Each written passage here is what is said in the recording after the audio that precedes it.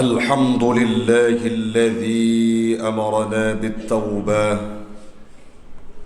ونهانا عن المعصية، والصلاة والسلام على سيدنا محمد خير البرية وعلى آله وصحبه ومن والاه. أما بعد فيا عباد الله، اتقوا الله حق تقاته ولا تموتن إلا وأنتم مسلمون. فقال الله تعالى في القرآن الكريم: أعوذ بالله من الشيطان الرجيم، بسم الله الرحمن الرحيم. يا أيها الذين آمنوا توبوا إلى الله توبة نصوحا. وقال تعالى في آية أخرى: واستعينوا بالصبر والصلاة وإنها لكبيرة إلا على الخاشعين. وقال النبي في الحديث: الندم توبة. صدق الله العظيم وصدق النبي رسوله الكريم ونحن على ذلك من الشاهدين والشاكرين. إلهي أنت مقصودي ورضاك مطلوبي، أعطني محبتك ومعرفتك.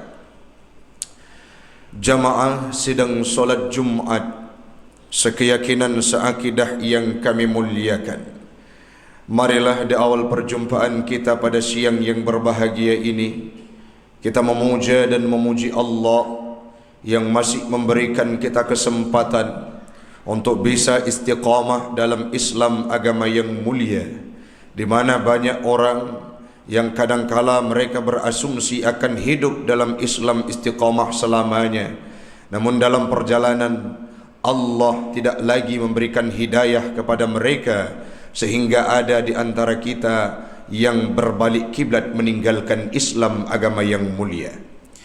Salawat dan salam marilah sama-sama kita hantarkan keharibaan baginda Rasulullah sallallahu alaihi wasallam, seorang nabi yang dipilih oleh Allah Ta'ala untuk beliau hidup, diutus untuk kita semua, yang sekaligus diberikan cobaan maha dahsyat. Beliau diberikan keistimewaan, prioritas untuk masuk dalam surga, namun beliau tidak mengurangi kualitas ibadahnya di hadapan Allah, sujud dalam solatnya sampai bengkak kakinya untuk menghambakan diri di hadapan Allah guna bersyukur untuk Tuhannya. Salawat dan salam kepada al dan sahabat beliau sekalian, para alim ulama mutaqaddimin dan mutaakhirin yang muktabar kedua-duanya, terutama dan khusus kepada ulama-ulama yang ada di Aceh, notabene tempat kita semua. Hari ini kemarin kita menerima pukulan yang hebat dengan berita yang sampai kepada pribadi kita masing-masing, bahwasanya ada seorang ulama sepuh, ulama karismatik Aceh yang meninggal dunia tepatnya menjelang waktu subuh, yaitu Abu Kutakrum. Yang selanjutnya secara berenten dan beruntun pukul 10 Allah jemput kembali ulama karismatik Aceh Aba di Lamno. Yang selanjutnya dalam hari yang sama pula Allah jemput pula pimpinan pesantren yang berada di Bener Meriah. Kalau kita mau menganalisa, rasanya Allah memberikan pesan kepada kita. Allah cabut nyawa seorang ulama yang berada di wilayah utara dan timur Aceh. Yang selanjutnya Allah cabut nyawa, Allah angkat, Allah meninggalkan, Allah wafatkan seorang ulama yang berada di wilayah barat selatan. Dan yang berikutnya pada titik tengah di Bener Meriah pun Allah jemput salah seorang ulama karismatik. Ini merupakan petanda musibah terbesar dalam kehidupan kita. Semoga Allah akan menggantikan ulama-ulama berikutnya yang akan mampu meneruskan estafet mereka. Dan tentunya yang sudah mendahului kita semua akan diberikan tempat yang layak oleh Allah Ta'ala dan berhujung untuk masuk dalam surganya. Yang kami hormati Bapak Komandan, Bapak Kasrem, pengurus Masjid Al-Fitrah Korem ini, jamaah sidang solat Jumat yang tidak mungkin disebutkan namanya satu persatu. Insya Allah semuanya kita akan dimuliakan oleh Allah, dan satu waktu Allah memberikan peluang untuk kita duduk kembali berkumpul seperti hari ini dalam surganya Allah. Amin, amin ya rabbal alamin.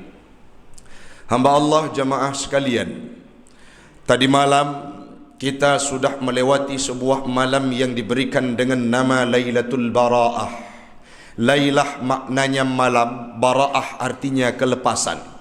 Makna dari malam nisfu Sya'ban itu sendiri adalah malam kelepasan bagi orang-orang yang ingin mengantarkan segala amalannya tidak bertulis dengan tinta merah dalam buku catatan malaikatnya Allah.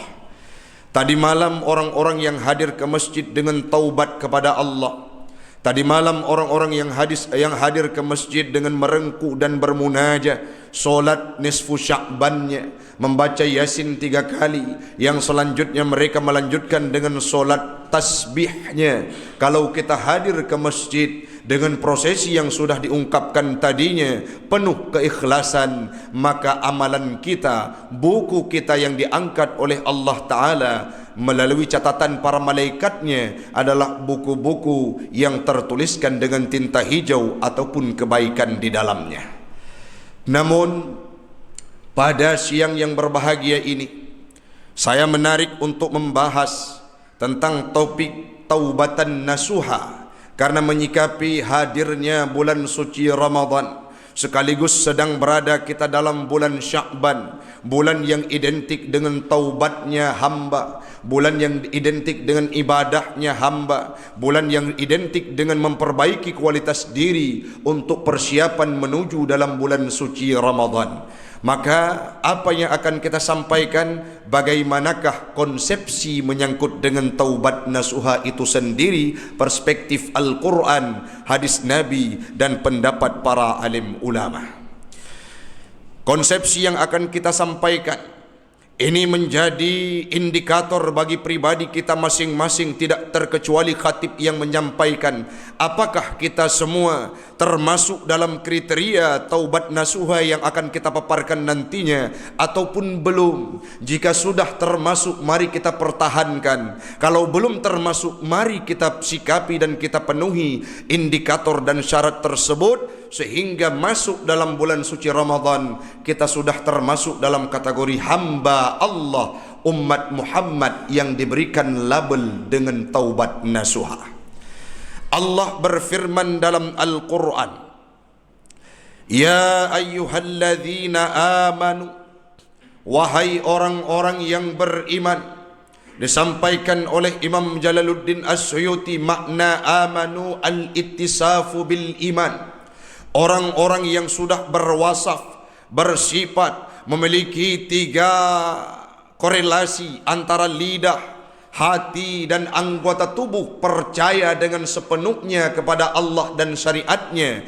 Orang-orang tersebutlah yang dipanggil oleh Allah, yang kemudian Allah memberikan pesan dan perintah, tubu ilallahi taubatan nasuha.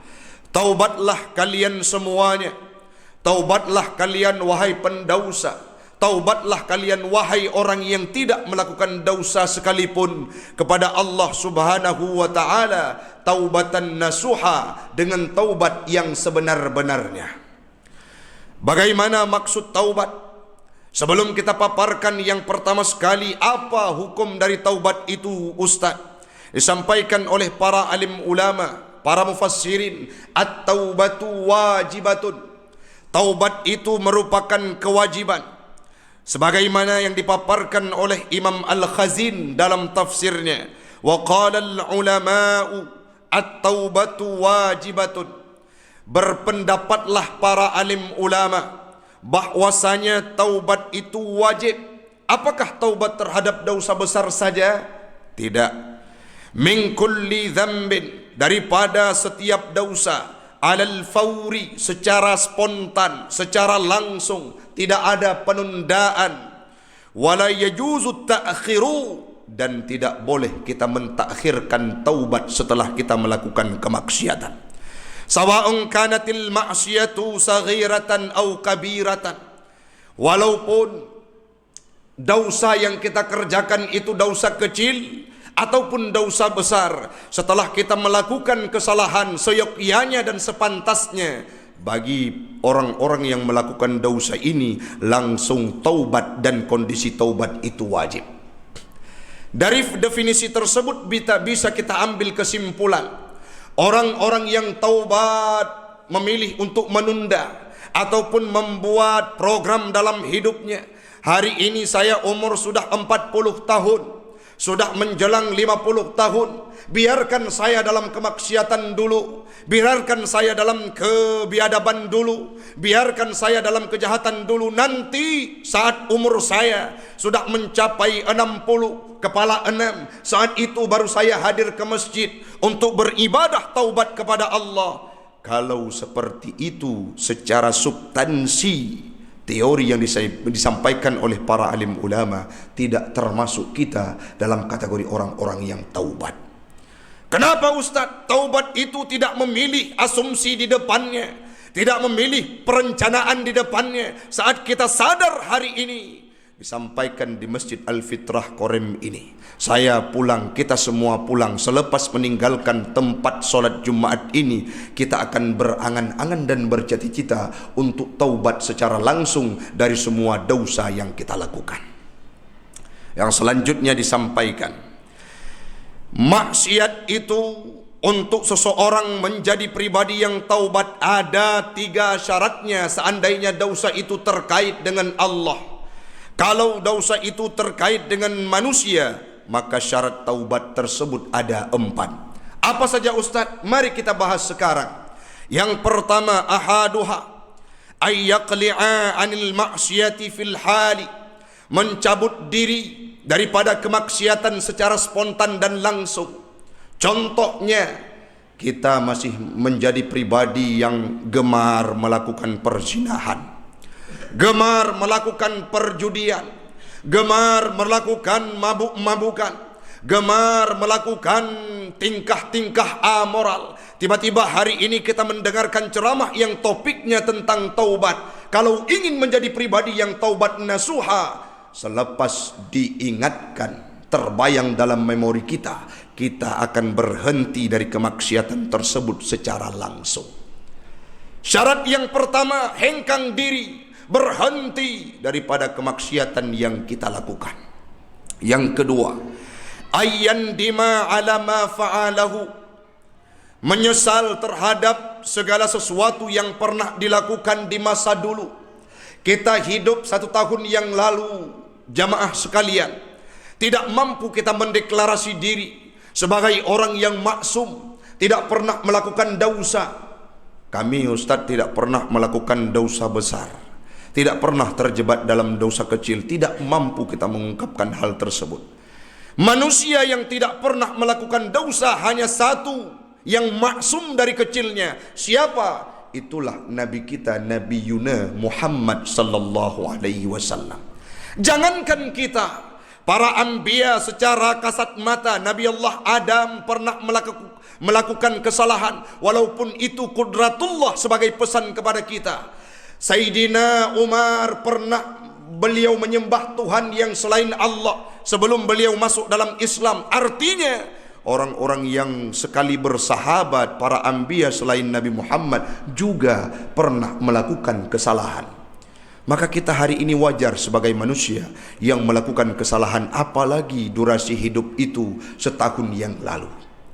Bagaimana supaya kami termasuk dalam kategori orang yang taubat Ustaz? Syarat kedua, menyesal terhadap kesalahan yang kita kerjakan, yang sering terjadi di tengah lapangan di kalangan masyarakat.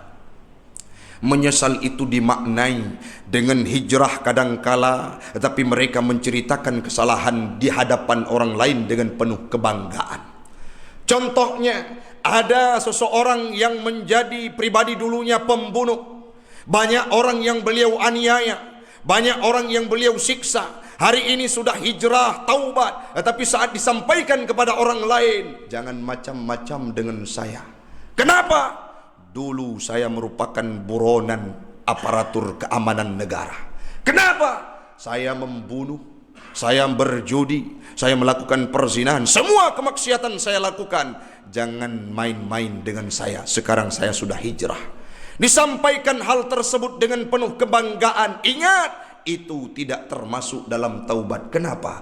Tidak ada rasa penyesalan dalam hatinya, melainkan diceritakan dengan euforia kepada orang lain sebagai bentuk kebanggaan. Orang lain tunduk kepadanya. Ingat, itu tidak termasuk dalam taubat. Bagaimana juga Ustaz? Orang yang ingin taubat terhadap kesalahan secara sendiri, terbangun di sepertiga malam, tidak ada orang yang melihatnya, terketuk hatinya, membentangkan sajadah dengan air wuduknya, memohon dan bermunajah kepada Allah, ya Rabb, sangat banyak dosa yang kami lakukan tempo dulu, akankah engkau ampuni saya? Dulu saya mabuk-mabukan, dulu saya bergelimang dengan kemaksiatan, saya lakukan kebiadaban dan kejahatan, akankah engkau ampuni saya ya Rabb? Di sepertiga malam, heningnya malam, tidak ada orang yang melihat, air mata menetes. Itulah bukti penyesalan kita. Maka kalau kita ingin menjadi pribadi yang diterima taubat oleh Allah Ta'ala, taubatun nasuha, maka menyesallah terhadap salah, bermuhasabahlah terhadap kesalahan yang kita lakukan. Yang ketiga, ayya'zima al-ala alla ya'udu ilaiha abadan. Orang-orang yang ingin taubat berazam dan bercita-cita dalam hatinya saat melafalkan kalimat taubat, saat meniatkan kalimat taubat, saat mengucapkan kalimat istighfar di lidahnya, ya Allah, maksiat yang saya lakukan dulu tidak akan pernah saya kembali ke maksiat tersebut, ke dalam dosa tersebut selama saya hidup. Jaga saya ya Allah, bercita-cita dengan sekuat hati tidak akan melakukan kesalahan yang sama selama hidup kita. Bukan orang yang hijrah tapi sekedar ingin menikahkan anaknya. Syarat menikahkan anak harus adil. Adil itu tidak terkait kita dengan dosa kecil dan dosa besar. Maka datang bapak ke penghulu, engkau harus taubat. Punya anakmu perempuan, siap taubat kita satu hari sebagai pencitraan di hadapan masyarakat yang lain supaya sah menjadi wali menikahkan anak kita. Setelahnya kita melakukan kesalahan yang sama. Kalau demikian, rencana kita tidak termasuk dalam kategori taubat.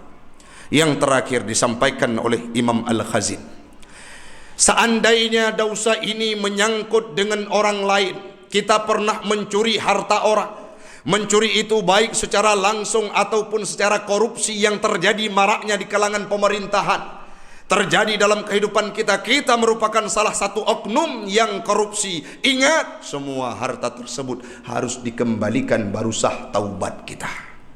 Seandainya Ustadz, kami bukan mencuri Ustadz, tapi menjebloskan orang dalam penjara yang tidak salah karena berbeda perspektif. Ingin kita dimuluskan proyek kita sehingga ada orang yang di depan dia amanah, tapi tidak sinkron dengan kehidupan kita. Dengan segala cara, anggaran yang banyak kita berikan kepada pihak tertentu sehingga mereka tertuduh kesalahannya.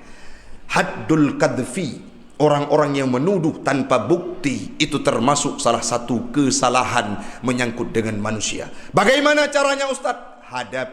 Menghadaplah kepada orang yang pernah kita aniaya, minta maaf kepada mereka.